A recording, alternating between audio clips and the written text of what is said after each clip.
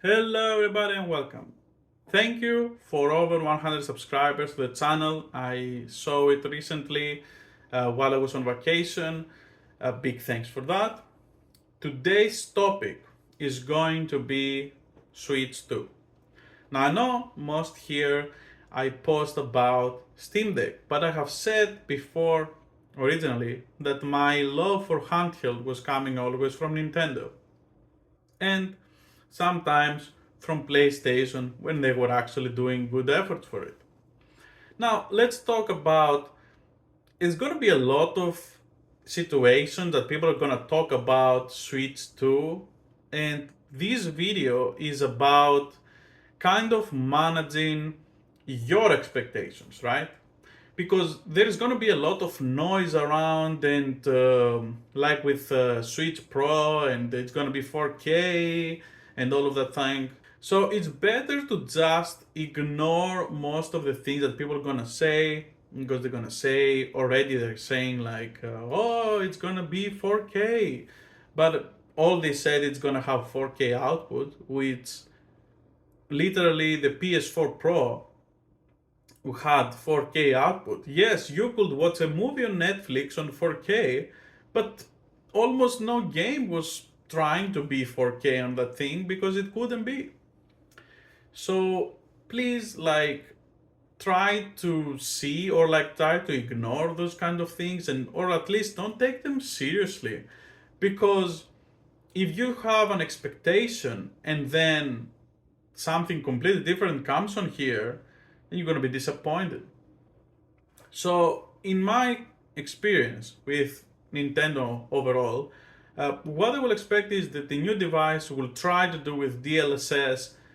It's going to try to hit the 1080p mark on handheld, and maybe for docked play with more power unlocked, it will try to do 1440p, which is really what ended up happening with the other consoles as well, right? With PS5 and with Xbox, those kind of end up doing that too. Otherwise, they kind of have a 4K mode targeting 4K, and it's 30 FPS usually.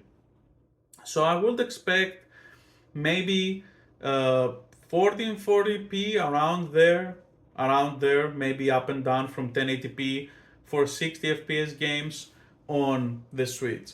Because let's be real, Nintendo is not really targeting things like high fidelity graphics and stuff like that.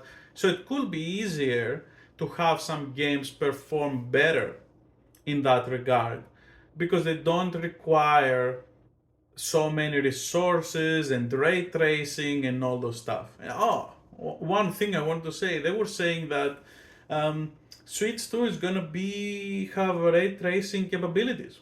Well, guess who else has ray tracing capabilities? It's the phrasing that really gets you.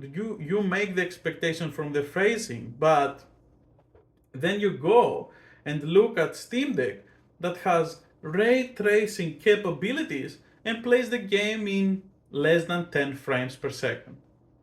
Are you gonna expect the game to play like that on the Switch 2 just because it has the capability? No. Because even my main graphics card have RTX 3070 on my PC, I don't use that feature because it's just so heavy. I will never expect I will never expect Nintendo to try to take advantage of that technology. Not because it just doesn't add too much stuff going on, and it's mostly for people with very expensive rigs to be able to take advantage of those capabilities. So, ray tracing, don't even think about it. Don't even think about it. It was never there. So there's gonna be a lot of things about what the hardware is capable of, and people gonna be thinking like when they saw on the PS5 box saying 8K, just the resolution. Just the resolution doesn't mean that you can even watch a movie on 8K. Just says that it's possible. Now, will it be able to do it? Obviously not.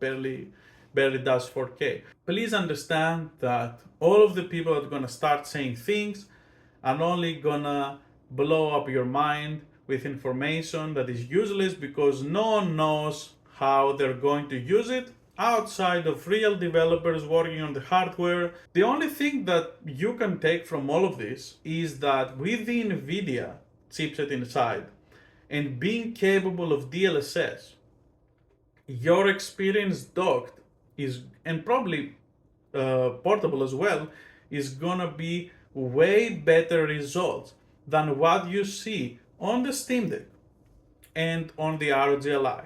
So, what does that mean? It means that right now the AMD hardware is using FSR. Like if you compare FSR, even FSR 3 to DLSS, they get laughed out of the room. It's really bad compared to DLSS, right? But FSR has good things about how easy it is to get implemented, and it's hardware agnostic, and everyone can use it. Yeah, it's also good. But DLSS is better. It's a fact. If you see it anywhere, it's a fact. DLSS is just better than FSR. So what we should expect here is that the hardware itself may be less powerful than the Steam Deck. And what I mean is how they tune it out to be. It may be less powerful than the Steam Deck, but that doesn't matter as long as the upscaling method, if it achieves the same result or better, then you're golden. Then you're completely fine. And believe me, they don't want to do another Wii U. So definitely all this time they're taking their time to make sure that everything is as good as it can be. And they just want probably now to get enough games to start it on. And that's it. Yeah, this was the video. Thank you for watching. I'm gonna be make more Switch 2 videos and Switch videos because recently I went to Nintendo World and I really got my Nintendo energy back. Like I really got hyped again, looking at things, buying a lot of games. We're gonna talk about that later. And yeah, like I'm playing again the Xenoblade Chronicles, all the franchise right now, and it's amazing. And it's amazing. Thank you everyone for watching. Have a great day. We'll see you in the next video that I'm gonna talk about Steam Deck and traveling with it for 1 month. What was the good part? What was the bad part? And believe me, there was a lot of bad. Thank you for watching. See you on the next video.